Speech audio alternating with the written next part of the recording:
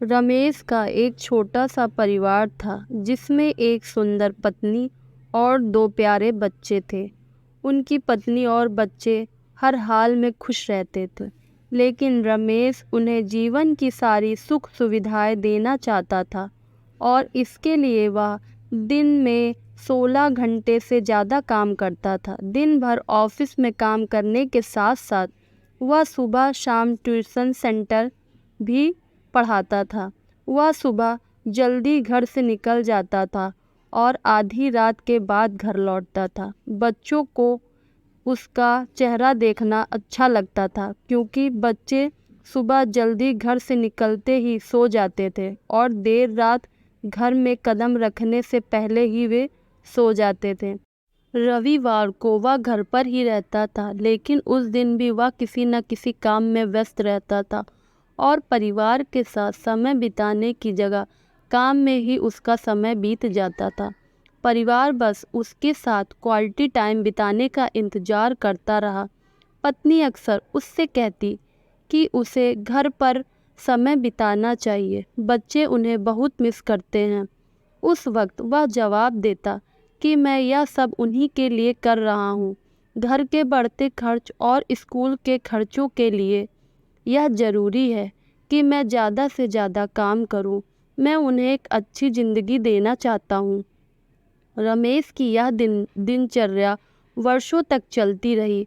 वह परिवार को नज़रअंदाज करते हुए बस मेहनत करता रहा। इसका इनाम भी उसे मिला। उन्हें प्रमोशन मिला, आकर्षक वेतन मिला। परिवार अब एक बड़े घर में रहने लगा। उनके लिए भोजन और अन्य सुविधाओं की कोई कमी नहीं थी, लेकिन रमेश का काम ऐसे ही चलता रहा। वह ज़्यादा से ज़्यादा पैसे कमाना चाहता था। पत्नी पूछती कि तुम पैसे के पीछे क्यों भाग रहे हो? हमारे पास जो है उससे हम खुश रह सकते हैं। तो उसका जवाब होता कि मैं तुम्हें और बच्चों को दुनिया की सारी खुशियाँ देना चाहता हूँ।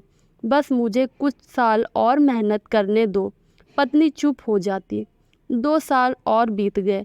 इन 2 सालों में रमेश मुश्किल से अपने परिवार के साथ समय बिता पाता।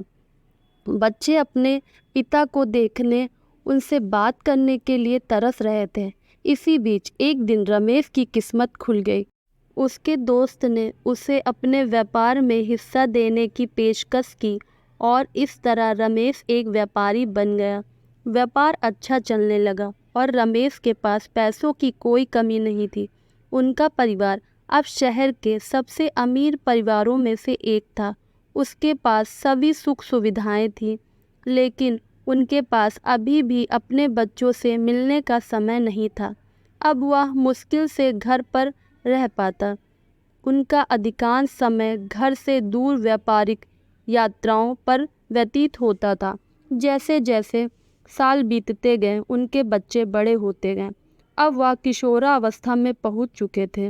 रमेश ने भी इन सालों में इतना पैसा कमाया था कि अपनी अगली 5 पीढ़ियों ऐशो आराम में ज़िंदगी बीत सकती थी। एक दिन रमेश के परिवार ने छुट्टी मनाने के लिए इनके बीच हाउस जाने की योजना बनाई।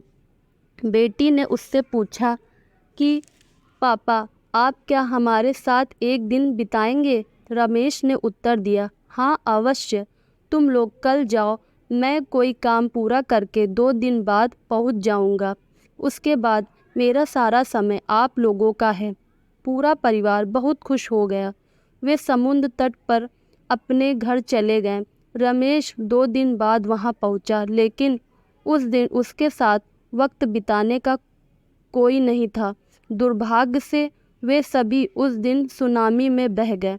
रमेश अपनी पत्नी और बच्चों को कभी नहीं देख सकता।